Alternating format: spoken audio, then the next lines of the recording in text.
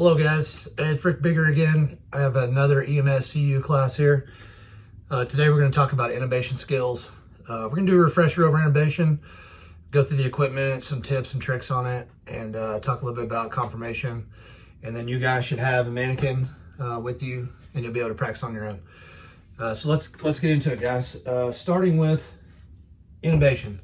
We're going to start with the accommodate first.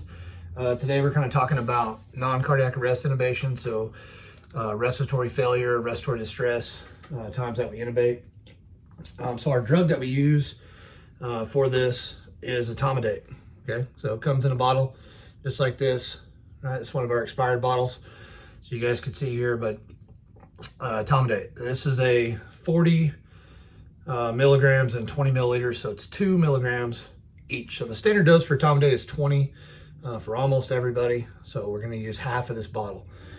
Make sure obviously you check these every time and you're using it. But talking about accommodate, kind of something that some people that aren't as experienced with it run into is the size of the syringe that we use to draw accommodate. So I have to draw 10 milliliters of this, so 10 cc's, right? So I need a 10 cc syringe. Okay.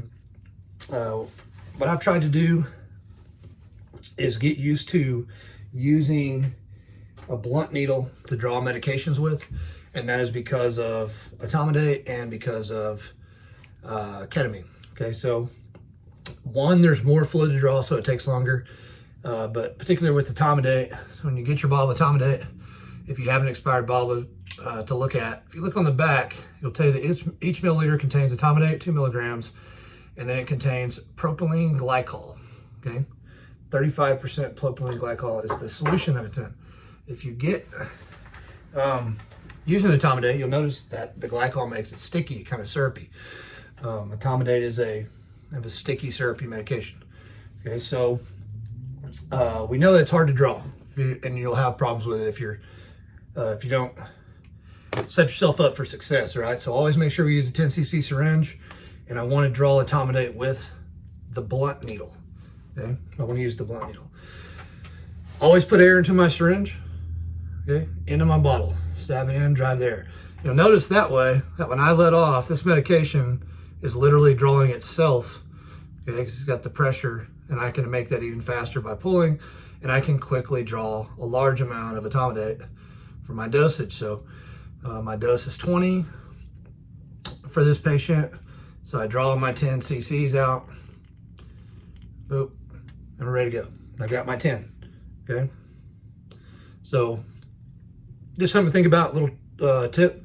Some people have not heard that, but that's what our accommodate comes in, and it is hard to draw if you've ever drawn accommodate. If you put say a 21 onto one of these 10s, if you ever try to draw medication that way, it creates a pretty good vacuum because you have the small needle and the large syringe, and you can run into trouble, especially with accommodate, and you may not be able to get it out of the bottle. So accommodate takes a 10 cc syringe, and get used to drawing with the blunt needle, and you won't forget this.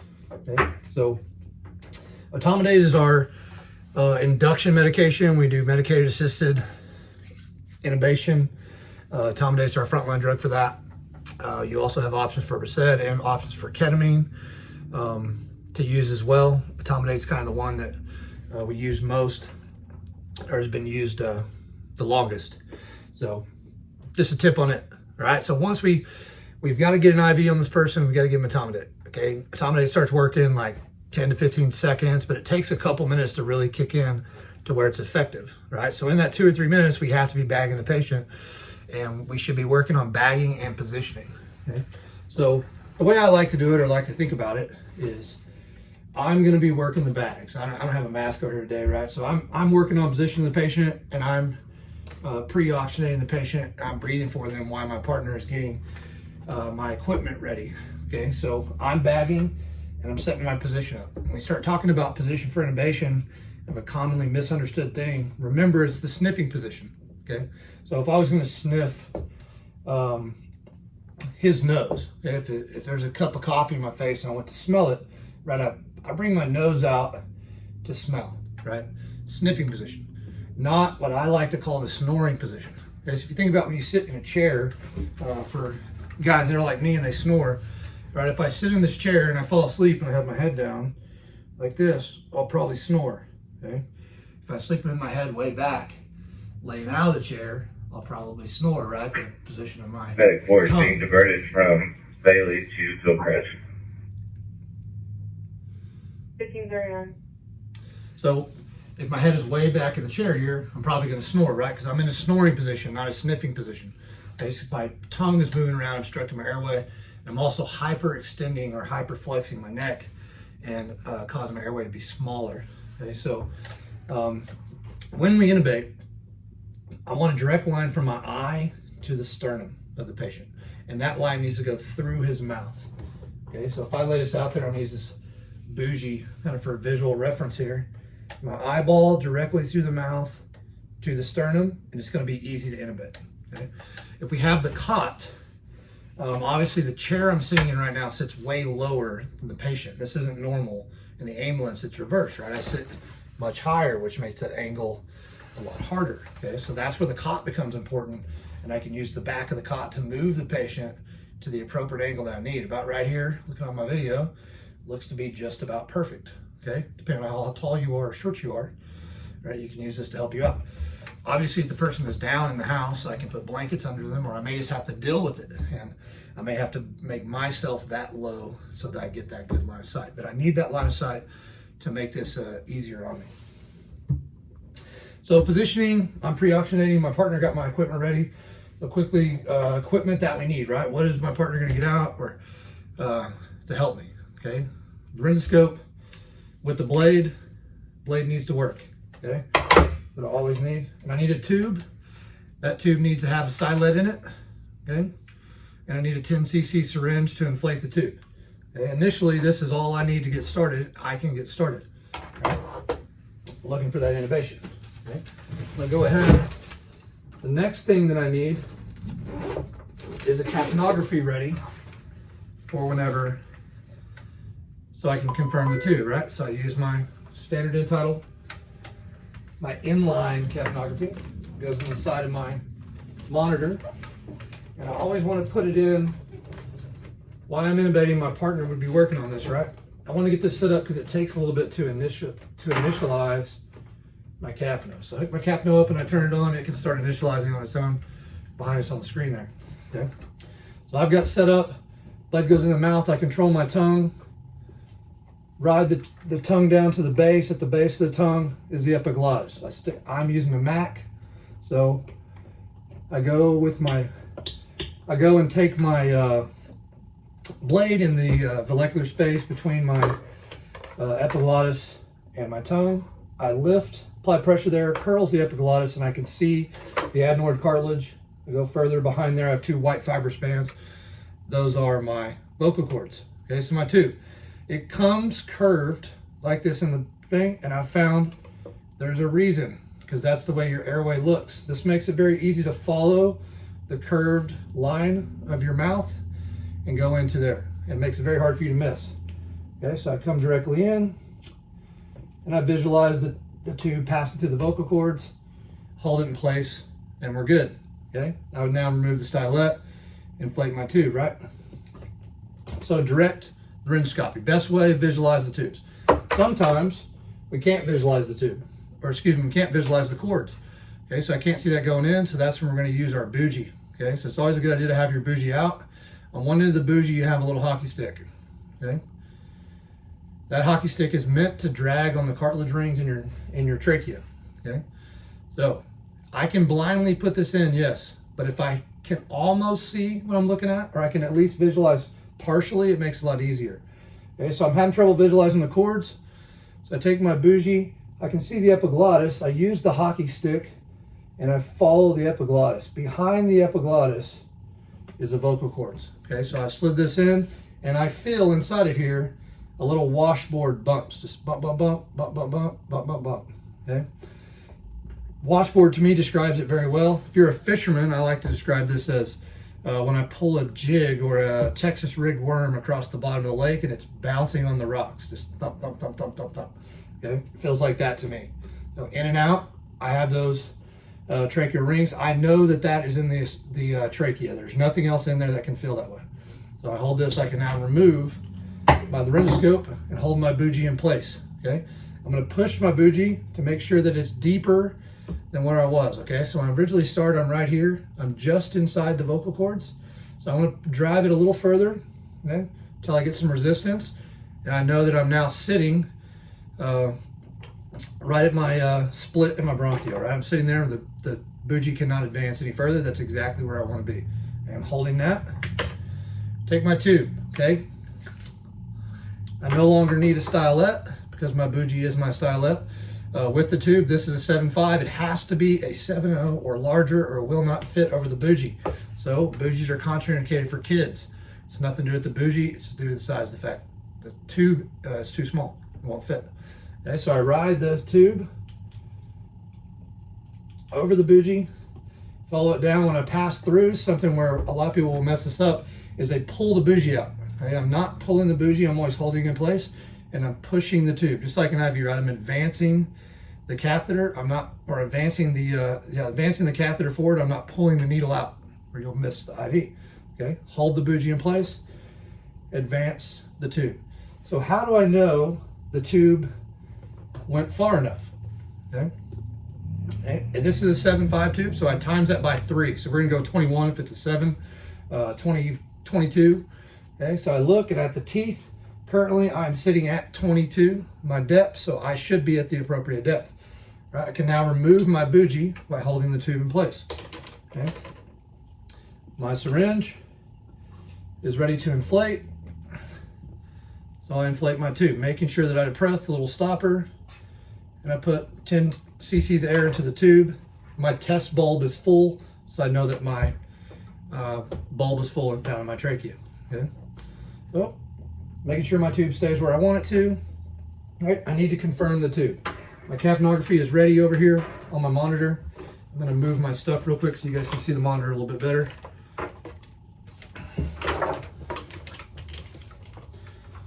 All right, so I put my capnography onto my person, right?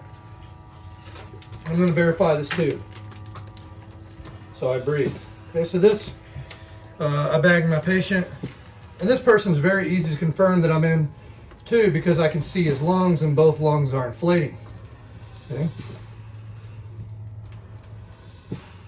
Right, so you'll notice there is no number and there is no waveform currently on my monitor.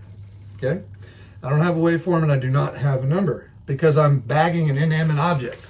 Okay, they're just plastic. There's no CO2 in there. Okay, so how do I know this works and what should I kind of be looking for? Okay, so I'm going to become the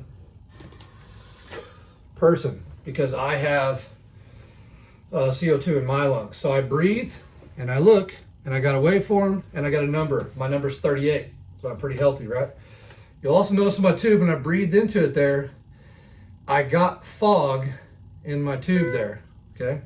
So that is something that you will see. You see fog along this. Remember, fog is caused by condensation in my mouth. It's caused by differences in heat, for example. So a stomach tube can have fog in the tube. I don't want to use that to confirm the tube. I want to only use my capnography, okay? So here's how I like to do it.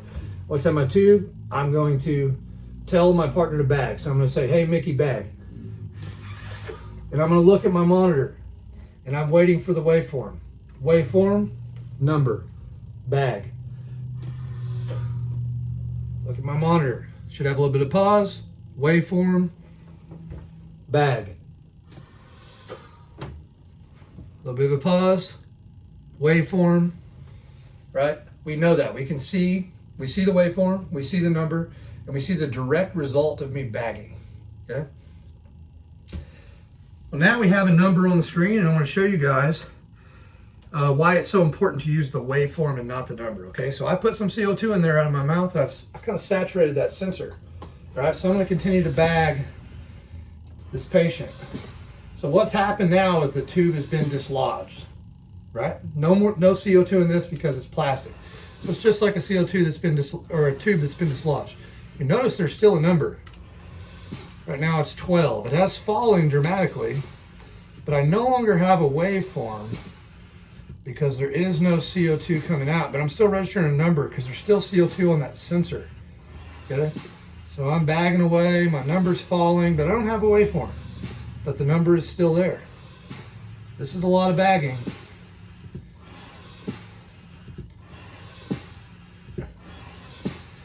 So this tube has been dislodged for a while.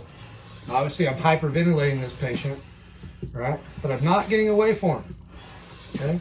So I know that the tube is not inside of a pair of human lungs because I'm bagging away and there's no waveform, okay? But the moment that I put human lungs in, pause, waveform,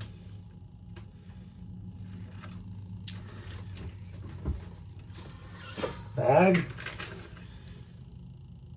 waveform, 32, okay? Back to number. So capnography, just science there, shows you that's what you should be expecting. If you're not seeing that when you're bagging, you have a problem, okay? So CO2 is the way that I confirm my tubes. It's the absolute gold standard. It's the only one that we're allowed to 100% count on. Okay, so I've got my patient intubated. I confirmed my intubation with capnography, right? Now I need to secure my tube, okay?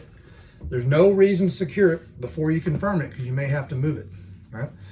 And now we're good. So I have my tube timer, right? So the age-old question, which way does this go?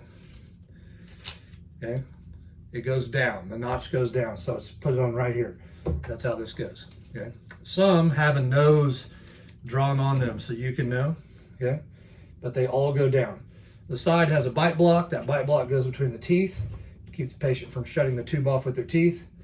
Put my tube to the side and I secure the tube. Strap goes around, try not to spin your tube, goes under the neck. Okay, you'll notice on this side, there's a piece of hard plastic on the inside, and on that opening is a notch. Slides straight through there, it fits. I pull it tight and it will easily secure. Okay, if you can't get it secure, it's because you have spun the holder around and the Velcro's not on the right side. Okay, so it goes there. Big thing with these tube tamers that you run into is people over tightening the bulb. Okay, so, or over tightening the screw. You remember we had to blow up a bulb to hold the tube. Okay, so that fills up my trachea. Okay, so my trachea is like the size of this laryngoscope. It's about that big around. That's about how big that bulb is that I put the CO2 in, right? But this tube is not that big. This tube is roughly 1/3 of the size of what my trachea is, maybe even 1/4 of the size of what my trachea really is. So I need it to be that full size, okay? When I crank this down, I start clamping the tube off and I'm crushing the tube. Okay, so we'd be careful about how tight we get the screws. We're crushing the tube. If I hook this with this crushed or crimped like that to a ventilator, you'll get a high airway pressure alarm, okay, because you have a blockage. That is a blockage in your tube that you have created. Okay, so make sure that we don't get that so tight that it's crimping the tube. We just need it to be secure, right? But you're going to be bouncing around the truck, you're going to have moving around. So how do we further keep this from being a problem? We're losing our tube, right? That is where my head blocks come into play. My head blocks come in on the patient. Now that they're intubated, I secure the straps down, get them tied in. Now their head can't move. It's secured to the cot. We can put this person on the ventilator or bag them, and we don't have to worry about the tube getting displaced. I don't have to worry so much about this tamer being extremely tight if I use the head blocks. Okay? And you are required to use head blocks when you intubate somebody. It's something we forget quite a bit, but matters a lot. Can keep you from losing an intubation. Okay. So I think that's it, guys. I think that's all I got for you. Just a quick refresher on intubation skills, equipment, some tips and tricks. Hopefully the accommodate one, most people have said they hadn't really thought about that, but they have ran into that where it's hard to draw. So remember, just kind of recapping, use your 10cc syringe on your accommodate. Use the blunt needle, makes it a lot easier. Don't forget about your bougie. Okay, there should be a lot of these expired bougies at any station. If you need equipment, I have a stockpile of expired stuff that I use to make these videos, so let me know if you need some equipment to train with. But make sure you practice your bougie. A lot of people have never used one of these, and these can be invaluable on tough intubations, right? So hopefully this helps you out. If you have any questions, anything I messed up or missed, let me know. But thanks for watching, guys, and I will see you next time.